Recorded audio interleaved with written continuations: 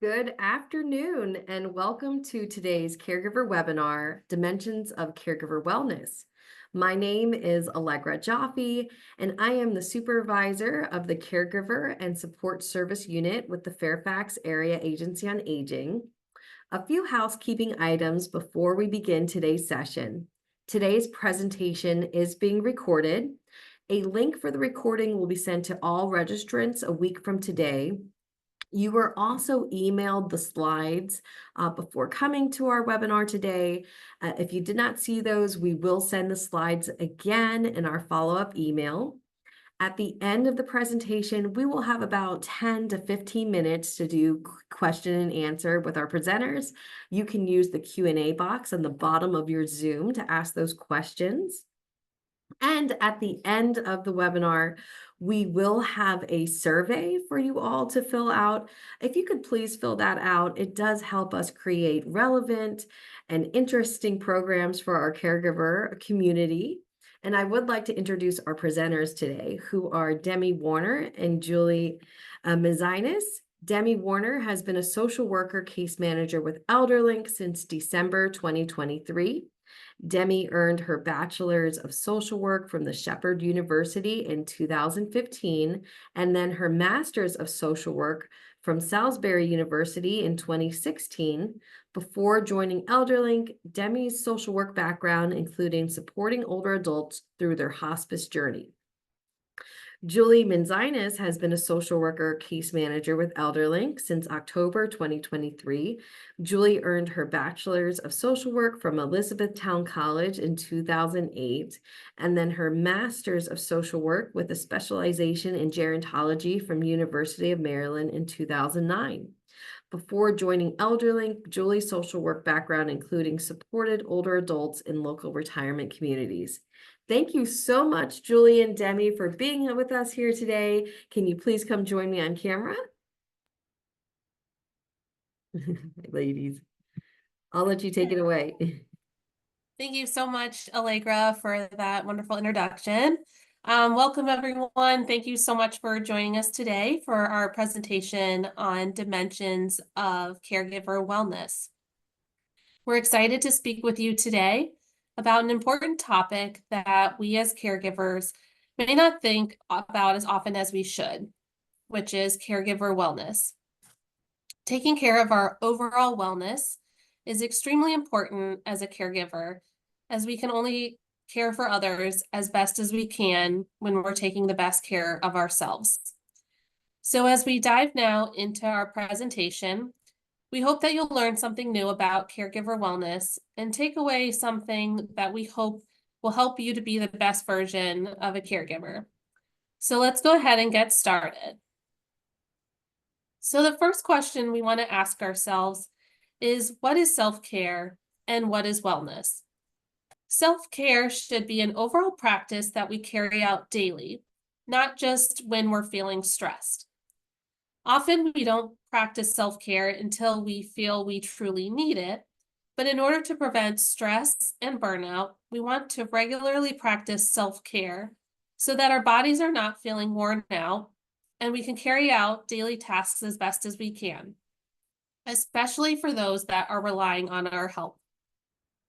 Wellness should not just be a feeling of happiness, but should be something that positively affects all aspects of our lives: emotional, financial, environmental, occupational, physical, social, intellectual, and spiritual.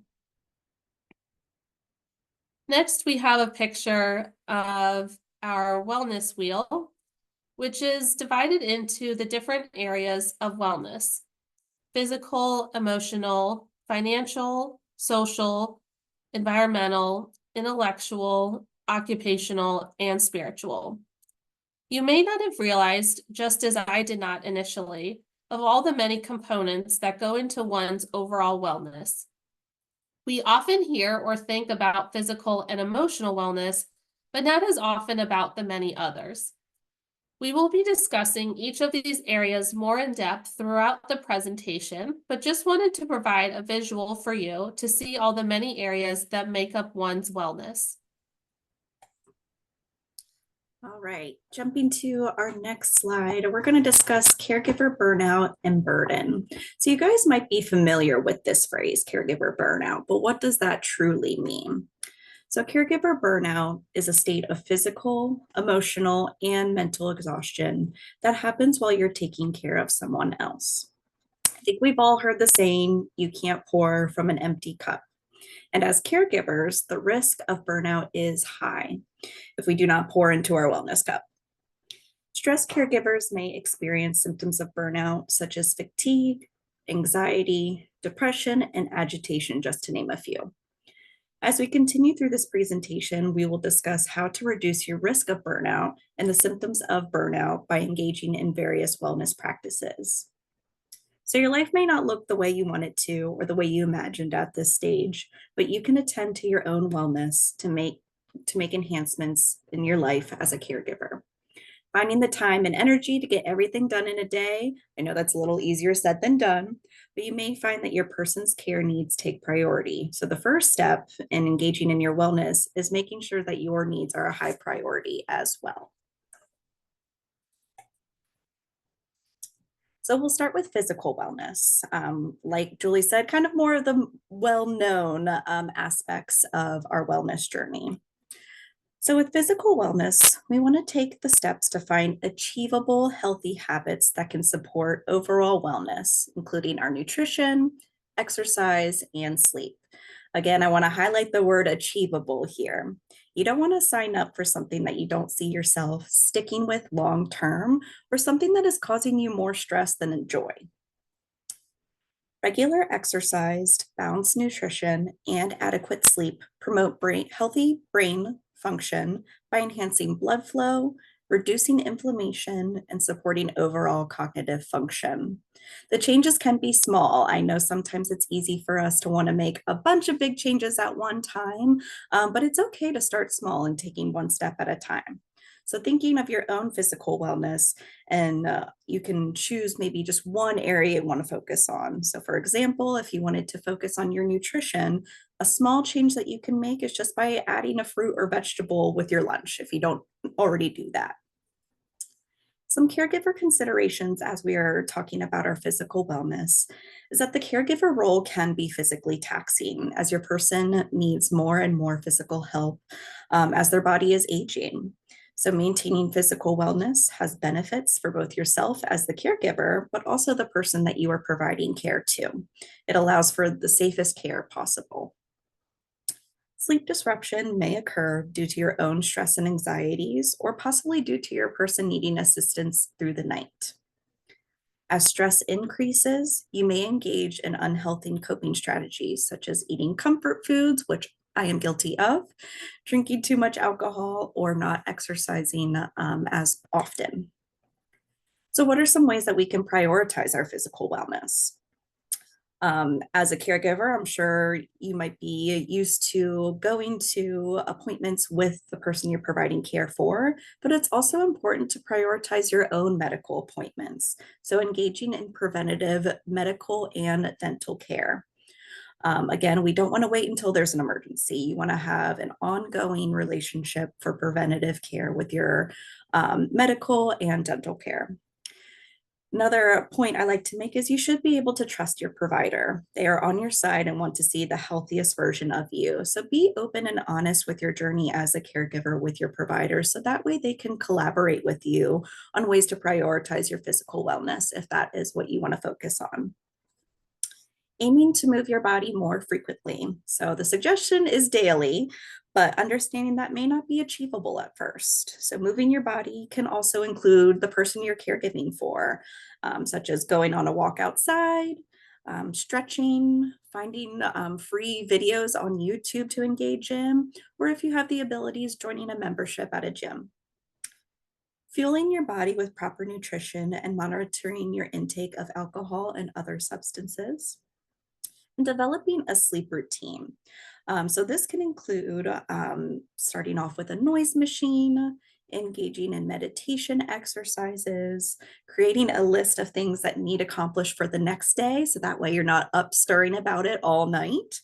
journaling, practicing affirmations, aromatherapy. And, one thing I think we forget and can look over often is just making sure you get a shower. That feels good too. All right, next we're going to discuss emotional wellness. So what is emotional wellness? This is one's ability to manage any challenges in your life while also feeling fulfilled. Managing stress, promoting resilience, and cultivating positive emotions is crucial for one's mental well-being. Emotional well-being contributes significantly to cognitive health and also one's overall quality of life. Some caregiver considerations include some common issues for caregivers, including grief, depression, isolation, stress, and anxiety.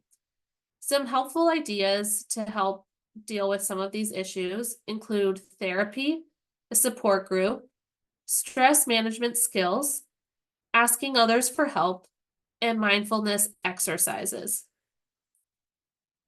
Another type of wellness for us to consider is spiritual wellness, which is our overall sense of connectedness to the world or our ability to feel purposeful and attribute meaning to our life. It's the process of understanding beliefs, values, and ethics that guide our life. Some caregiver considerations include perhaps your faith or your spirituality may be challenged when dealing with a life-altering diagnosis or an unwanted change in your life course. Alternatively, this role may also offer a degree of fulfilled purpose or reciprocity. For example, if you're taking care of a parent or someone who cared for you. Some helpful ideas include journaling, meditation, or finding time to connect with nature or perhaps your spiritual base or community. All right, and moving on to our next aspect of wellness is social wellness. So when I think of social wellness, I can't help but quote the Beatles and saying, I get by with a little help from my friends. So creating and sustaining healthy, supportive relationships is essential in maintaining our social wellness. Whether this is connecting with friends and family that you've known for some time, connecting with other caregivers. If you know somebody else or know that there's caregiver support groups out there, they might not have the exact same story as you, but they understand the challenges and responsibilities that come with being a caregiver. Joining a group or community that brings you support in your life. Some considerations to take into account when we are discussing our social wellness is, whether you are a spouse, a child, another family member, a friend, your caregiving relationship can look different with you, the person that you're providing care for. So yes, you may be their child, but they are also, the person you are caring for. They're your parent. You're still caring for them. The things you once got from this relationship may be gained in part from other relationships. So let's say you are taking care of a parent and the roles have changed a little bit. Maybe their cognition isn't the same as it used to be. Maybe relying on another family member to kind of be that parental sounding board for you. Loneliness and isolation can be common experiences for caregivers. So how can we,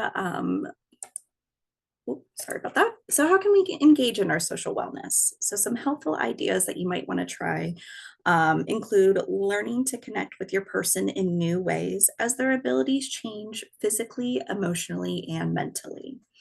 So again, let's say that you are the caregiver for your parent and every single day you guys used to go on a walk together. Well, unfortunately, maybe your parent is no longer physically able to engage in that activity anymore. So a way to accommodate that is by maybe talking about your memories together while you were on your walks, all the fun walks that you did do, your favorite places to walk together, as well as maybe, like I said in previous slides, YouTube is a great resource where you can maybe pull up a walking path and kind of act like you're walking together on that path, even though you might not be outside doing that. Trying to maintain or build connections with others. Like I said, reaching out to friends that you may have had for quite some time, or maybe building new relationships with other caregivers. Sharing what you need from others. So, this is being your own advocate. Likely, the people that love you and are in your life want to be there to support you and mean it when they ask how they can help you. So, it's your responsibility too to reach out to people and say, "Hey, I'm really struggling with this. Can you do this for me?" Or, "Hey, I don't have time to run to the pharmacy to pick up medications for mom. Can you do that for me and bring them to the house?" Like I said, the people in your life likely want to do that for you. And joining a support group for camaraderie and resources. So, you guys are already taking a great step by attending this workshop here today. But one of the beautiful things about, Fairfax County and certainly the surrounding areas is that there's lots of options out there in terms of support groups and workshops just like this. All right. So next, we're going to talk about occupational wellness. So this is one when me and Julie were asked to do this presentation, was one that I didn't really even think of when I was thinking of overall wellness, but it does play such a huge role in contributing to our overall wellness. So finding work that aligns with your personal values or goals, your sense of satisfaction from work. I know we don't always have control over our employment, but it is something to consider and reflect on to say, is this current role that I'm in occupationally fitting the needs of not only my own wellness, but also if I'm caregiving for someone else, is it meeting those needs? So, some caregiver considerations is considering your job description. So, not even just in your professional occupational role, what your job description is, but also your job as a caregiver, because that is a job in itself and it can sometimes be a full time job. So, looking into that job description, you may not have chosen that role for yourself, but how does it align with what's important to you and what you value? Another question that I think is important to ask is, how can you balance necessary paid employment with your caregiver job? And I know that's a very large question that many people that I've spoken to have, and it's a challenging one. All right, and some helpful ideas when we're considering our occupational wellness. So, asking yourself, is my job a healthy outlet for my caregiver role, or is it causing me more stress? Like I said, if you are a caregiver, you almost have those dual roles with the occupational and caregiver role. So, considering, is this as a caregiver, my role as a caregiver is stressful enough? Is going to work and engaging in my occupational role a healthy outlet for me?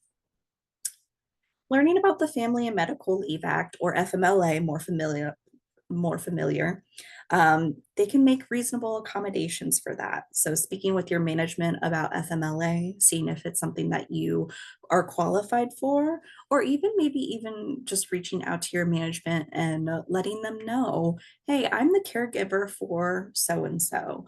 And seeing if there's any flexibility in your occupational role, especially in today's age. A lot of occupations, you can do a hybrid role or work remotely. So it's something to ask when you are taking on that caregiver role.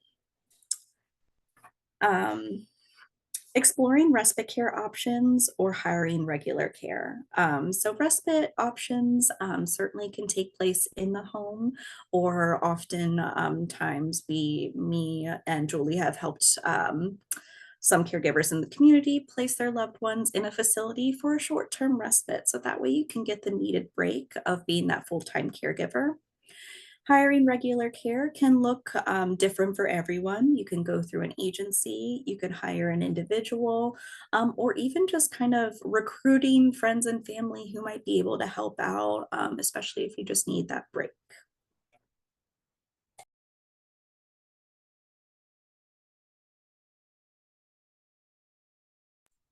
All right. And next is our intellectual wellness. So, much like our physical wellness, our intellectual wellness is engaging and exercising our brains. So finding creative outlets, the ability to take on challenges that expand our understanding, knowledge, and skills.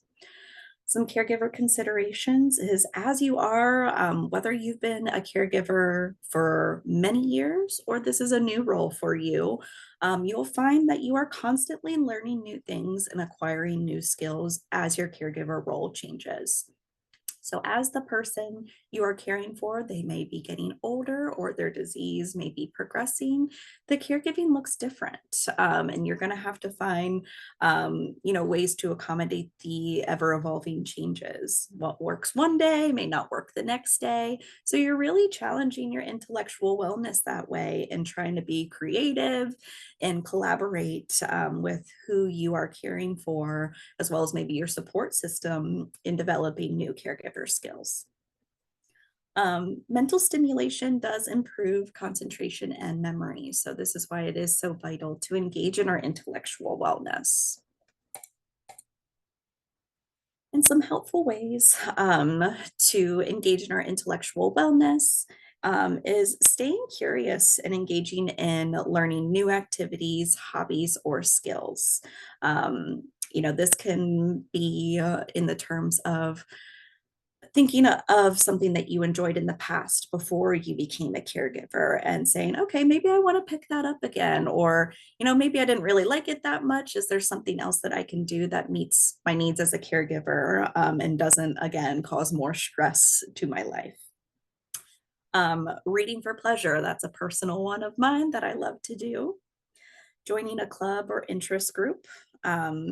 What is great that I love to look at is the local library's event calendar. They are usually packed every single day with different activities going on for a variety of age groups, a variety of interest, and they're usually free groups. So something to consider when you're looking into something like that. Enjoying word games or puzzles. The great evolution of technology is that a lot of these can be downloaded directly onto your phone as an app. So a puzzle or Sudoku or something like that that you can engage in that way. Or if you prefer to do it in a physical matter, you can certainly do that as well. And then learning time management skills to adjust your workload. So, like I said, understanding that caregiving can certainly be a full-time job in itself. So, trying to navigate all of your other life responsibilities and finding different ways to schedule time for yourself in between those responsibilities. Another type of wellness for us to consider when evaluating our caregiver wellness is environmental wellness. This type of wellness involves finding joy in our surroundings, such as our home, our workspace, and the outdoors, and then modifying them as needed to suit us best. It's also performing caring acts for the environment. Some caregiver considerations include you may have recently taken on adding some household chores or responsibilities. For example, maybe you're now helping someone prepare meals or doing additional laundry. Some changes may be needed or new equipment added to now make the home safer for the person that you're caring for. We've seen situations where people install things like stair lifts or grab bars in certain areas of the home to make it safer during care. Some helpful ideas include delegating tasks to perhaps other family members or friends, or even hiring out, looking at home care agencies if needed for assistance, even if it's just supervision while you're in the home with this person that you're caring for. Also, adjusting to or letting go of your home looking a certain way while the person you're caring for needs assistance. You may have always had it where everything was in its spot and, it was very tidy. And now, of course, maybe caring for someone, you might have additional equipment in the home or, maybe you just didn't have time to put something away. So just trying to let go of that if needed. Also looking at about getting a home safety evaluation periodically if needed, just to ensure that the environment is safe, both for you and the person that you're caring for. They're really great evaluations. They do a walkthrough in the home. They'll look at each area of the home that you would like them to, and really look at the fine details of what things can be added or removed to make it safer for you and the person you're caring for. Also suggested is designating a space or just a place in your home that you can call your own, even if it's just a shelf or a corner of a room. And that's really just because sometimes when you're caring for somebody else, and again, you know, your space that you once had and was able to be in control of now may look a little different. And so sometimes we just need to take a step back and maybe just have a little space that we know we're controlling solely and really can find joy in, even if you make it just special for yourself. And then lastly, just decluttering your space as needed. Sometimes when our spaces do feel cluttered, we as a result can feel anxious or stressed. It may seem messy to us. So just occasionally taking time and again, reaching out to others as needed. If you want a friend to come over and help you declutter, trying to, you know, make it as enjoyable as possible. All right, and moving on to financial wellness. So I know this is a big conversation for a lot of people as they step into a caregiver role. So this is our degree of contentment with our financial resources, sense of security, and understanding how to manage those expenses. This I feel can go hand in hand with our occupational wellness in a sense, as finances can be a huge stressor for many individuals. But with the added responsibility of being a caregiver, it can certainly be a focal point for many caregivers. So some caregiver considerations in that.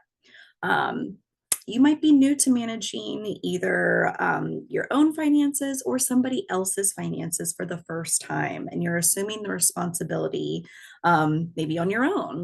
This can be an overwhelming thing at first. You may experience a decrease in income or increase in expenses because of caregiving. So, like I said, with our occupational wellness, there may be, you have to make accommodations where you have to decrease the amount of hours that you are contributing to your occupational wellness in order to be in your caregiver role, which in turn can have an effect on your finances. Or as somebody becomes more progressed in their disease or is needing more care, that you are seeking, you know, either hired help or additional medical supplies for, those expenses can certainly add up and increase. So some helpful ideas when we're considering our financial wellness. So taking steps to plan for the future by establishing advance directives. So that can be a will, power of attorney, medical power of attorney, things of that sort. Meeting with a financial or estate planner. This can help you in working towards sustaining the cost of hired care over the disease course. Consider short-term planning and long-term planning, as unfortunately we do not have the crystal ball and how long we might be serving as a caregiver for our person. In turn with that too, I always encourage, you know, just having an open and honest conversation with the person that you are caring for and understanding, you know, what their financial resources look like. Do they have long-term care insurance? So asking those questions so that way it helps you further plan and helps them further plan for what their future might look like. In addition, reaching out to your local elder services organization to explore financial assistance with care. So again, we saw this wellness wheel at the beginning of our presentation, but myself and Julie, we have gone through each one of these. So physical wellness, and emotional, financial, social, environmental, intellectual, occupational, and spiritual. So much goes into who we are as a person. We are not just the title of an employee, a student, a parent, a sibling, whatever it may be. And the same goes with being a caregiver. We are not just a caregiver. There's so much more to us than that. While the title of being a caregiver is very much a part of who we are, if we choose to take on that role, we need to remember all the other aspects of our lives. Keeping in mind that when we did go through each of these aspects of wellness, that this was, basic information. We know that everybody's circumstances can look a little bit different, and what works for one person may not work for the next person. So you might be thinking, as we have gone through all these aspects of wellness, this is great information, but where do I even begin with this? So Julie is going to walk us through action planning, which is something that ElderLink actually educates on in several of our workshops. So yes, so Demi explained action planning we do carry out very often with a lot of our participants in our workshops in the community. So an action plan helps us to set a personal, achievable goal. So we wanted to discuss action planning again in our presentation so that you can apply these different areas of wellness to your daily life. So an action plan is firstly something that you want or decide to do. It's not something that somebody else thinks you should do, or maybe they've suggested to you in the past. It's really something that you own and you want to change. The second item is it's achievable. It's something that you can expect to be able to do within a week's time. So picking something that maybe it might take you months to do may not be as appropriate at the time. So maybe focusing in on something that you could complete within the week. Third, it's something that's action specific. So for example, if you decide you want to lose weight, losing weight itself is not the action or the behavior. It's the actual results of your actions. So an action, for example, could be replacing salty snacks with fruit between your meals. The fourth is that it answers the questions, what? So what is going to be the specific action? So for example, it could be that you're exercising or reading for pleasure. So the actual action that you're carrying out. Secondly, it answers the question, how much? So how much will be the amount of time, perhaps a distance or an amount.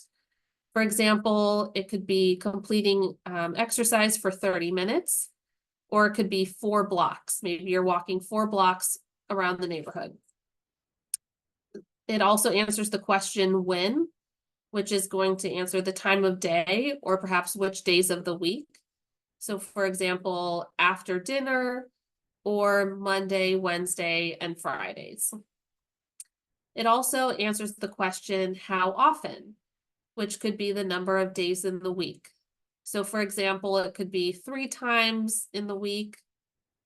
We do want to avoid saying every day that you're going to complete the task, because even if something does come up, it's better to have succeeded when you say you'll do something 3 times a week rather than saying you're going to do it every day and then failing to complete it every day. And overall, you'll feel better knowing that you've completed the task, even if it's less amount of times in the week. And lastly, we want to have a confidence level of 7 or more. So on a scale of 10, 0 meaning you're not at all sure you're going to be able to accomplish it, and 10 meaning you are absolutely going to be able to accomplish it, you want it to be a 7 or more. If for some reason you're rating your confidence a level below 7, you might want to look at the barriers and reconsider reworking your action plan so that it is something you're confident about and you can accomplish. So perhaps if you feel that your confidence level is a 5 because you're trying to complete something 4 times a week, maybe decreasing that number to 2 or 3 times a week so that you can have that confidence level of at least 7. Because ultimately it's important that you succeed in your action plan. So we have some examples of some action plans for you to see. So the first one says, I would like to engage in my emotional wellness by completing mindfulness exercises, such as box breathing, Monday, Wednesday, and Friday for 10 minutes during my morning commute. My confidence level is an 8. A second example is I would like to engage in my intellectual wellness by reading a book for pleasure Tuesday, Thursday, and Saturday for 30 minutes after dinner at 8 p.m. My confidence level is a 7. The third example, I would like to learn more about ElderLink services. I will call Monday during my lunch break at 12 p.m. and request a caregiver consultation. My confidence level is a 10. So these are some examples for you to all see. They're really just a great way for you to be able to set goals in your life. And again, you can start small with some of these action plans and then build, maybe increasing the amount of days that you're completing a task. Because again, we want to be overall successful completing them. And it just helps us break down anything in our lives that maybe we're trying to achieve and make it less overwhelming for us. All right. So again, just making sure that in order to be our best version of ourselves and be the best caregiver for someone, again, starting small, like we said, thinking achievable, something that we can absolutely complete. And again, it's something that we want to be able to do and we want to change, not something else that somebody else has suggested. And so lastly, you can start brainstorming today, write down some ideas of things that maybe that you haven't thought of or something that you've really been trying to achieve, and breaking that down into really simple, achievable goals.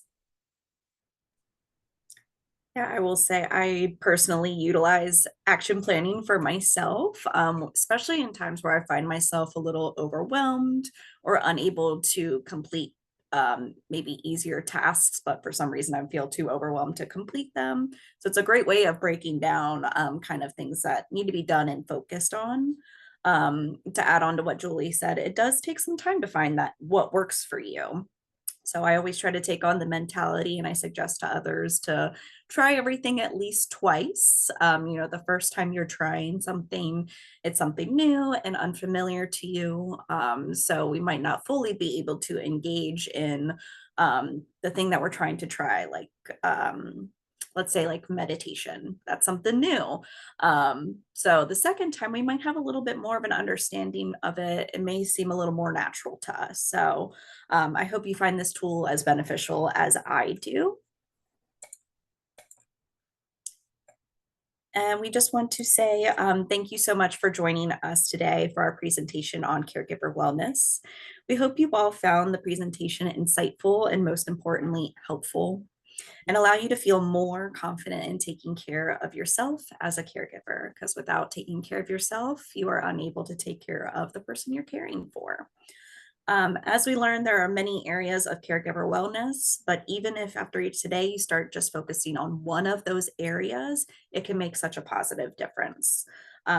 We will be happy to answer any questions or comments you may have, and we'll take it over Allegra. Thank you so much, Demi and Julie. Thank you for this great information. I'm going to invite the audience. You can now use the Q&A box and send in some questions. We do have some that came in. And Demi, would you mind? You can stop share for right now while we do. Thank you so much. A question came in. What are the critical differences between the caregiving required for a child versus the caregiving of a parent? Yeah, I mean, I think, myself and Julie, we primarily have background in caring for older adults, but certainly in caring for a child and an adult, they can definitely parallel each other, right? You're having to collaborate with somebody else, even in times where you know that this is what we need to do, this is what's going to be best for you, but they are still their own individual person. So you're having to collaborate, whether it is with a child or with an adult, how to care for them and what their care looks like each day. Because like I said, and like we said in this presentation, it can look different each day. I think, one of the biggest things, in caregiving for a child, they might have a different understanding of, what you are doing in terms of caregiving as opposed to an adult. But again, that depends on cognition of the adult that you're caring for as well. So I think they very much parallel with each other, but certainly can look a little bit different depending on the personality and the type of care you're needing to provide. And Julie, I don't know if you have anything in addition to kind of add to that. Yeah, I think just going off of what Demi said, I've worked with several older adults in the community where, like Demi said, depending on their level of cognition, that sometimes it is similar in that you may have to show that individual, a certain task several times, depending on their level of understanding, or maybe explaining a task to them, just explaining it in a very simple term, in a very simple sentence, which can, again, sometimes be similar to when they are maybe working with their own child. And so it is some of the similar techniques, again, when you are working with someone that does maybe have some more cognitive challenges. And again, if they don't have those challenges, it's, we want them to be as independent as possible ultimately. So, talking to them, finding out, what their strongest interests are, and the best ways that you're able to complete that task and make it as safe as possible for both people involved. Thank you. Another question. When you mentioned dealing with an adverse medical diagnosis, say cancer, what is the approach for dealing with your cared senior? For kids, the recommendation is often to inform them early and include them in the process. But parents often don't have the resiliency to deal with the info, and it adds to their stress because they no longer have the competency to assist.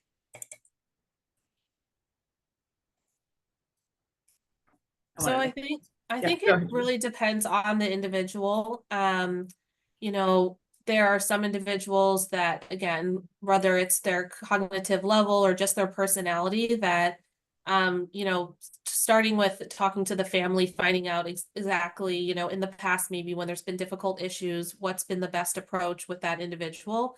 Some people, yes, depending on their cognitive level, they may delay speaking with them about an issue, but there's others that you do want to be more direct and discuss it as soon as possible, and maybe have several conversations about a diagnosis. So it really, there's not really a black and white answer. I think that it really depends on that individual, and again, talking with people that they have worked very closely with, finding out what maybe the best timing of that is.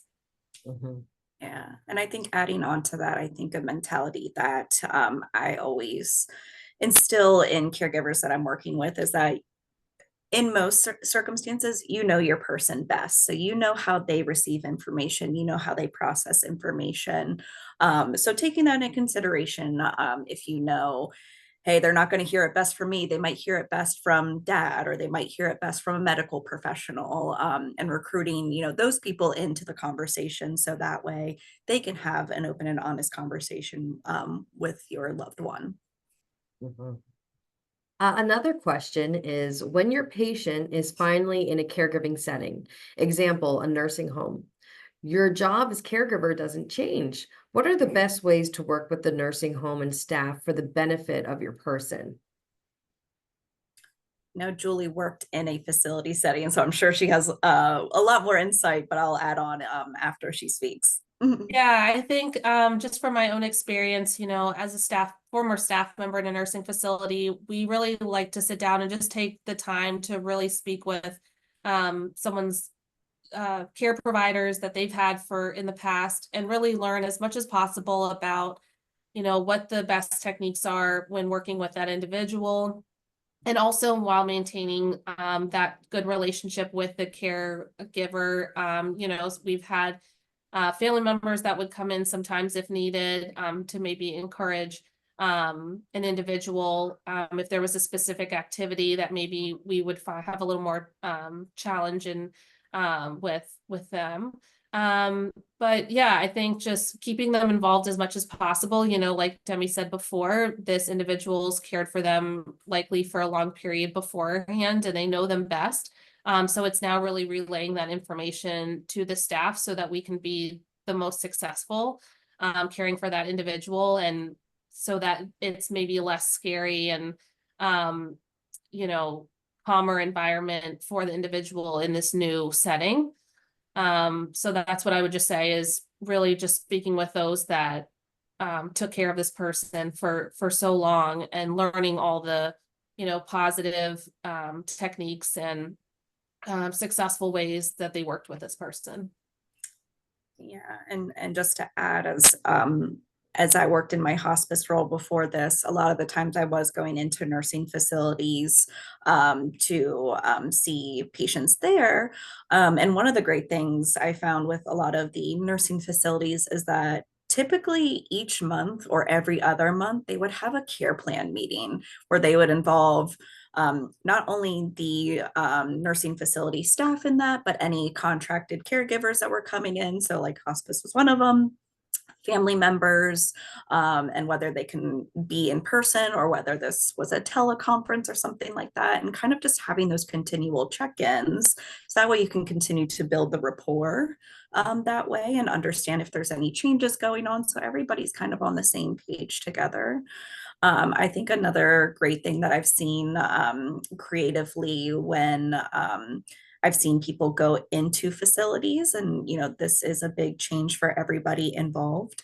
I've seen families create like kind of like an about me binder where it's about their loved one who is going into this facility. So their name, what their nicknames are, where they grew up. So that way the staff there had a little bit of background. In case there was some days maybe the person wasn't cognitively able to engage in those conversations, they could bring up those topics and build the rapport that way. Great, thank you. You've mentioned home safety evaluations. From whom would one request a home safety evaluation? So I know ElderLink specifically, we complete home safety evaluations. There are other companies in the community that do provide them as well. So sometimes just doing a simple search on the internet for home safety evaluations in your area, you can start there. And there's different companies that provide different levels of evaluations. So there's certainly, again, depending on where you reside, trying to find those specific companies that not only can also do the evaluation, some may also provide some type of initial installation assistance. So it really just depends on what exactly you're looking for. But I would say just start looking by researching companies in your area. Mm-hmm. There's also several nonprofits. This is, so you definitely, I would encourage folks to give us a call. We have an aging, disability, and caregiver resource phone line here at Fairfax County. And even if you're not within the county, you can still call us and we can at least connect you to your area agency on aging where you may live. That phone number is 703-324-7948. Again, it's 703-324-7948. This is the Aging, Disability, and Caregiver Resource Line. They're available Monday through Friday from 8 to 4:30 p.m. It is a must-answer phone line, so you're welcome to give us a call if you're looking to also see, and they can also make sure you have ElderLink's phone number and whoever you might be looking for. Okay, just throwing that in there. Another question came up about, are there tools or services to help finding full-time caregiving options? There are published lists of nursing homes and assisted livings, but there isn't, as far as I know, any way to compare the cost. With nursing homes here costing about, could be over $14K a month for a shared room. Being able to compare costs seems critical for the services provided and available. I know if I'm just going to mention one more thing and then I'll let you. This question is a great question. And I want to also mention ElderLink, where Demi and Julie are from, provides caregiver consultations. And ladies, you probably mentioned this already. So you can also call and you can do a consultation and you can kind of discuss a little more deeper as far as, when it comes to comparing where your loved one goes. A lot of it depends on, do you have long-term care insurance? Do they have a pension? How much money are we looking at? Are we looking at Medicaid? Or should we look at auxiliary grants? So there are tons of options, and it really depends on where you are financially, too. So I just encourage folks to really get some support one-on-one to discuss some of that. Demi, Julie, didn't mean to take over. Feel free to share anything else to that. No, you are exactly right, Allegra. It is so specific to the different circumstances that somebody's in and what they're looking for and how far they're willing to look. I mean, there's so many different variables there.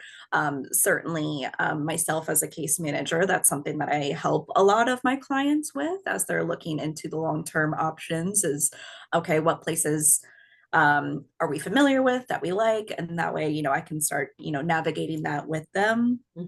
In terms of an actual resource, I know that there are some out there, but I know we can't necessarily recommend one over the other.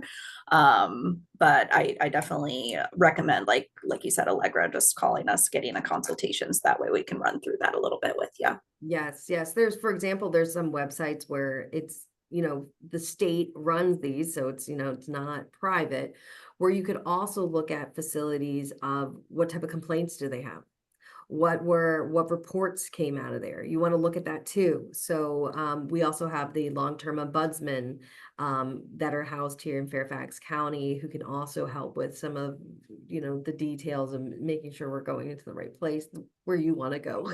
So there's that too, but definitely call out. Julie, anything else to add, or you think we Yeah, I got was just gonna add, every community is different, and like Demi and Allegra have both said, it's really kind of when you're talking to someone, whether it's a case manager or someone through the county, just letting them know exactly kind of what you're looking for.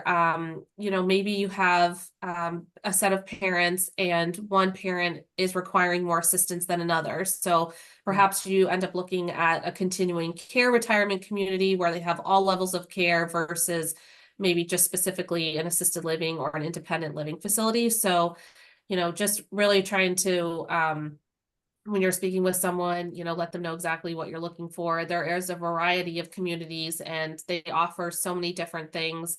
So, certainly going out and touring facilities, I always recommend, it's free. You can set up an appointment with the admissions manager at a facility.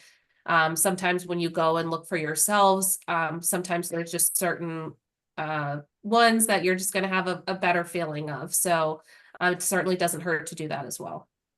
Thank you. Another question. Other caregivers tell me they cannot find one-on-one counselors who can help them deal with depression they feel about the cognitive changes in their loved one. No counselors seem to understand dementia. Do you know of any counselors with that specialty? And again, I'm just going to throw this in here.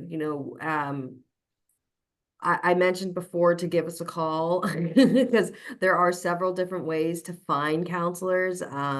But I'm gonna, Demi, Julie, you feel free to answer that too. Yeah, I know at ElderLink, we certainly have a resource of mental health professionals that we can provide to those who call us and need that resource. Another avenue that I think sometimes we overlook or sometimes forget is talking with either, if it's yourself or another caregiver, talking directly with your PCP, because they usually have a great variety of resources too, especially if they know a lot what's going on specifically with you and your caregiving journey. So even starting there, but like Allegra said, ElderLink certainly has a list of mental health professionals that we provide to clients and anyone that calls in. Terrific. Thank you. Another question. I'm noticing that my brother, who is a primary caregiver for our aging mother and whom I assist occasionally as I live in the same area, seem to be exhibiting a lot of resentment towards other siblings who live elsewhere. What would be the best way to address this? Should I start a one-on-one with him, refer him to a third-party resource, or have a family meeting? Yeah, and I think all of those are certainly options. Again, to kind of what I said before is that you likely know your brother best, obviously more so than I do because I don't know him. So maybe, if you know that he might not even realize he's behaving a certain way towards other siblings. So it might start with that one-on-one conversation to say, hey, I know you're the one that's taking care of, mom primarily. I know that's a big job and a big responsibility. Um, it seems like this is how you're coming across to me and our other siblings. What's going on? How can I help you? Should we get the other siblings involved? Do you want to have a meeting? So that way we can start divvying up who can take on different stuff. So, reminding them that yes, they don't necessarily live close, but they can certainly make phone calls and help you out with different things. They might not be able to provide the hands-on care, but they can at least maybe take off some of that mental burden of scheduling appointments, scheduling follow-ups and stuff like that. So like I said, you know him best, but maybe starting off with that one-on-one and just pointing out like, hey, I've just noticed you're acting a little bit different. I know you might be stressed out. How can we help? Should we get everybody together to talk this out? I agree. I think just starting small, having that individual conversation, some people don't react well when there's a group of people that are discussing an issue with them. So, and they may open up more to you if you have that one-on-one conversation, and just finding out from them, what resources, would be helpful to them. They may be someone that's not comfortable talking to a therapist right away, for example. Maybe they prefer going to some type of support group. Every type of, resource is different and available because, some people just like certain resources better. For example, depending on their personality, maybe they're less social. So yeah, I think just having that individual conversation first, I think is best. Perfect. Someone says the wellness wheel is a wonderful visual. I see this is copyrighted. And so their question is, can we use this image with your permission and crediting Inova? I think also, ladies, just on a side note, I know like wellness wheels, I think Pinterest and Google, but that was a question. Yes. Yeah, we actually got it off of a different resource, and I'm trying to see where it was at. But we just, in our research, I believe it was, we did we worked with, Googling some of our information, but there we go. Sorry, I got out of my presentation real quick. But we used Caregiver Wellness with Harvard, as well as One Life Senior Living. So maybe looking into those two, you'll likely find a wellness wheel there, or even just typing in wellness wheel and you might be able to find that. Gotcha. Someone said, this is just a comment. Going back to the conversation earlier about parents and children, someone said caring for a parent differs in that you may have baggage from your past relationship with them. So that's true. And then another question is, if learning a diagnosis will be depressing to the patient, why tell them? Yeah. I think I take the approach that, being open and honest helps navigate care more easily. If I've certainly been in situations, especially in my hospice journey, where I wasn't allowed to say I was from hospice. And that made it a little challenging because that person knew I was coming into their home to help provide care, but they couldn't understand why. And I was not allowed to tell them. So it can provide a little bit of a barrier and a challenge if you're incorporating other caregivers in providing care to your loved one. If you're, not going to be open about a diagnosis. Again, though, I always, preface that this is your loved one, you know them best, but just know that it can be a little bit difficult, especially when you're having several people come into the home. You're having to tell every single person that comes into your home, hey, mom doesn't know that she has XYZ. So it can be difficult to maintain that. And as well as, I think certainly with any of us, it can rock our world if we get a certain diagnosis. But I think coming equipped with the resources, and knowing, hey, I know this is a big shock. Let's go ahead and, let your PCP know. Let's call a counselor. Let's get them involved. Let's get other caregivers involved so we can process this together, would be my suggestion. But certainly, like I said, your person best. And I think it all depends on cognitive ability too. Especially we had the conversation earlier with children versus adults. You certainly want to use age appropriate verbiage. So whether that is with a child, you don't want to just throw out a bunch of medical terms that they're not going to understand. And same with an adult. If they have like an Alzheimer's or dementia and they're a little more progressed and they're not going to fully cognitively understand, your explanation might look a little bit different that way. Yeah, I agree. I think it more depends on the individual and like Demi said, their cognitive level. But of course it's definitely, a life altering to get any type of diagnosis. And it certainly could be depressing to that individual, but there are certainly resources that, that they could look into depending on, if they're willing to receive those resources or if they're able to. But again, I think it just depends on that individual. And then that's something that you can talk to any type of their care team, whether it's their primary physician or family members, and find out what's the best course of action. Terrific. Ladies, thank you so much. I know we're just past our hour, so I'm going to wrap us up right now. Thank you so much, Demi and Julie, for your expertise and your time. I want to thank the audience for spending the past hour with us too. We know that your time is precious. I did want to invite everyone to our next caregiver webinar, which is going to be Wednesday, August 21st from 12 to 1, and that will be on supporting loved ones with hoarding.